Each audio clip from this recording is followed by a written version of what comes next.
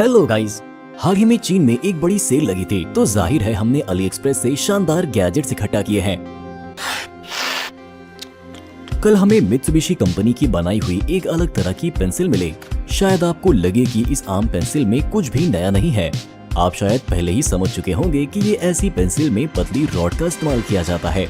जब आप एक आम पेंसिल से लिखते हैं या पिक्चर बनाते हैं तो रॉड एक तरफ से तेज हो जाती है, छूने वाली जगह बड़ी हो जाती है और लाइन बहुत चौड़ी हो जाती है। इसलिए लाइंस को फिर से पतला और ज्यादा धारदार बनाने के लिए आपको इसे अपने हाथ से थोड़ा मोड़ना पड़ता है। हालांकि इस पेंसिल में एक बहुत ही अलग मैकेनिज्म है जो हर बार दबने पर रॉड को एक खास एंगल पर घुमाता है। इसका मतलब है कि हर अक्षर या लाइन के बाद रॉड घूमता है और हर तरफ बराबर से नुकीला हो जाता है। इसी वजह से सभी लाइनें उतनी ही चौड़ाई की रहती हैं। इसके काम करने का पूरा तरीका पैकेज पर दिखाया गया है। उम्मीद है ये तस्वीरें आपको ज्यादा सही से समझा पाएंगी। इसके अलावा चीनियों ने तमाम रंगों की रॉड्स और एक इरेजर भी दिया है जिसका हम भी मजे से इस्तेमाल करेंगे। इस बॉक्स में कोई भारी चीज है जो कि ईंट जैसी लग रही है। ये एक रेक्टेंगल टैंक जैसा कुछ है जिसमें नीला लिक्विड और एक समुद्री डाकुओं वाला जहाज है। लेकिन इसमें सबसे दिलचस्प बात तब होती है जब हम इसे एक तरफ से दूसरी तरफ झुकाते हैं। नीला लिक्विड समुद्र के पानी की तरह लगता है और टैंक के अंदर लहरें उठने लगती हैं जिससे जहाज इधर उधर गिरने लगता है। हमने इसे और भी जोर से झुकाया और अंदर काफी बड़ी लहरों के साथ एक असली तूफान उठता नजर आया। लिक्विड ऐसा दिख रहा था जैसे कि वीडियो गेम का कंप्यूटर ग्राफिक्स हो सकता है कि ये गैजेट एक तरह का दिमागी उलझन से राहत दिलाने वाला खिलौना है जिसे आप अपने डेस्क पर रख सकते हैं और तूफानी समुद्र में जिंदा रहने की कोशिश कर रहे एक छोटी जहाज को देखकर अपनी नसों को शांत कर सकते हैं। तमाम छोटे डिवाइस ऐसी बैटरियों से काम करते हैं जिन्हें अक्सर बदलना पड़ता है, इसीलिए हम उन पर बहुत पैसा खर्च करते हैं। लेकिन चीनियों ने शायद सोचा कि चूंकि ये बैटरियां लिथियम है इसीलिए इन्हें किसी भी स्मार्टफोन की तरह ही रिचार्ज किया जा सकता है। इसीलिए उन्होंने बटन सेल के लिए ऐसे छोटे चार्जिंग डिवाइस बनाए हैं।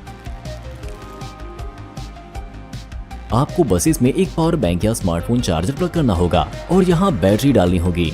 एक लाल एलईडी जलती है जिसका मतलब है कि चार्जिंग प्रोसेस शुरू हो गया है। चीन में लोग बहुत स्मार्ट हैं। क्या आपको भी यही लगता है?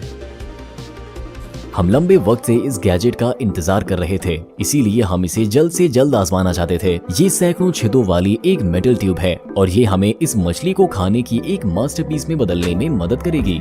शायद कुकी को भी एक टुकड़ा मिल जाएगा। डिवाइस को काम करने के लिए हमें फलों के पेड़ों वाला बारीक चूरा चाहिए। हमारे पास ये वाला एक सेब के पेड़ का है। हमें ट्यूब में ये चूरा भरना होगा।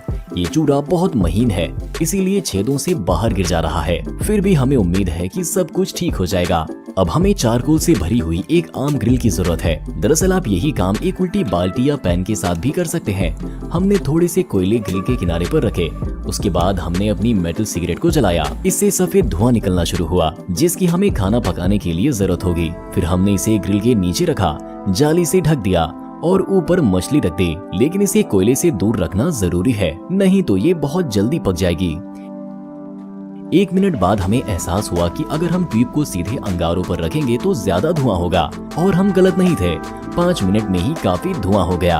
अब हमें मछली को गहरे धुआं वाला बनाने और तेज से भरने के लिए 1 घंटे तक इंतजार करना पड़ा। फिर हमने ढक्कन खोला। देखिए हमारे पास असली स्मोक्ड मछली है।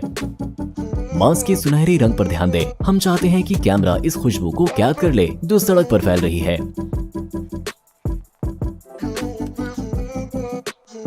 इसे काटने और चखने का वक्त आ गया है। मांस इतना नर्म है कि ये टूटकर गिर रहा है। हमें लगता है कि इसे अपने हाथों से खाना आसान है। इसमें अभी भी बिना जला हुआ चूरा का आधा हिस्सा बचा हुआ है और जाहिर है हम इसे आने वाले वक्त में कई बार इस्तेमाल करेंगे। चीनियों ने अगली गैजेट के लिए एक ठोस और बड़ा पैकेज बनाया, लेकिन ये कमजोर निकला और डिलीवरी के दौरान टूट गया। लेकिन हमारी बहुत ज्यादा मांगे नहीं होती, इसीलिए हम तुरंत गैजेट पर ही पहुंच जाते हैं। ये एक ऐसा डिवाइस निकला जो उड़न तश्तरी जैसा दिख रहा है। पावर बटन दबाने पर हमें एक रंगीन रेनबो दिखाई देने लगा और आवाज चीनी भाषा में कुछ कहते हुए सुनाई दी। इसके बाद हमने स्मार्टफोन से कनेक्ट किया और म्यूजिक प्ले कर दिया। इसका मतलब है कि ये एक ब्लूटूथ स्पीकर है वो भी आम वाला नहीं बल्कि वाइब्रेशन वाला। अगर आप इसे किसी चीज पर रखते हैं तो स्पीकर उसके साथ साथ वाइब्रेट करने लगता है और हमें बेस के साथ पूरी आवाज सुनाई देती है।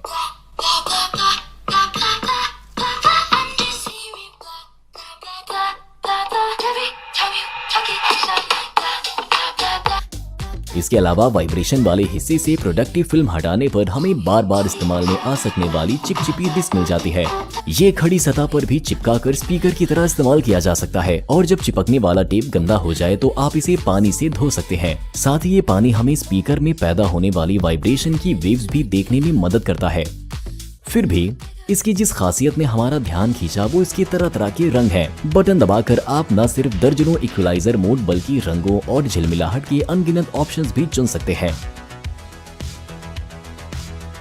हेडफोन लगाकर कंप्यूटर पर कड़ी मेहनत करते वक्त हम जब उन्हें उतारते हैं तो अक्सर हमें परेशानी का सामना करना पड़ता है, क्योंकि हमारी डेस्क बाकी चीजों से ढकी होती है और हेडफोन के लिए कोई जगह नहीं बचती है। इसीलिए वो भी इस चीज में शामिल हो जाता है। इस परेशानी को हल करने के लिए हमें चीनियों को फोन करना पड़ा और उनसे हल ढूंढने के लिए कहना पड़ा। अगले ही दिन हम अपने हाथ में ये स्प्रिंग लोडेड जबड़े वाला डिवाइस पकड़े हुए थे जो टेबल को मजबूती से पकड़ लेता है और हेडफोन को जल्दी और आसानी से लटकाने के लिए एक खास जगह बनाता है। और टर्निंग मैकेनिज्म हमें टेबल के नीचे सब कुछ छिपाने में भी मदद करता है। ये गैजेट उन लोगों के भी काम आएगा जो टेस्टी खाना पसंद करते हैं। ये एक तरह का मेटल का खोल होता है जिसमें टेफ्लॉन कोटिंग होती है और 2 रॉड्स होती हैं जो खोल के हिस्सों से जुड़ी होती हैं। अब हमने एक ऐसी शेप की ब्रेड ली और खोल के दोनों हिस्सों पर एक एक टुकड़ा रखा। फिर हमने कुछ चीज ली जो हमें फ्रिज में मिली थी और इसे वीडियो में दिखाए गए तरह से ब्रेड पर डाला। उसके ऊपर एक सॉसेज रखा, थोड़ा सा केचप डाला और ध्यान से खोल को बंद कर दिया ताकि ये सब कुछ एक साथ दब जाए। फिर हमने हैंडल को ब्रैकेट से बांध दिया और अब हमें रसोई में जाना है, गैस स्टोव चालू करना है और अपने खोल को आग पर गर्म करना है ताकि सारी चीजें अच्छी तरह से पक जाएं। अगर आप इसे पकड़कर थक गए हैं तो इसे धीमी आंच पर सीधे बर्नर पर रख सकते हैं। इसे दूसरी तरफ पलटना जरूरी है। 5 मिनट में हमने सारी चीजें निकाल ली और हमें इस तरह का टोस्टेड बन सैंडविच मिला। इसकी एक सख्त परत है जो शायद इसे और भी ज्यादा टेस्टी और कुरकुरी बनाती है।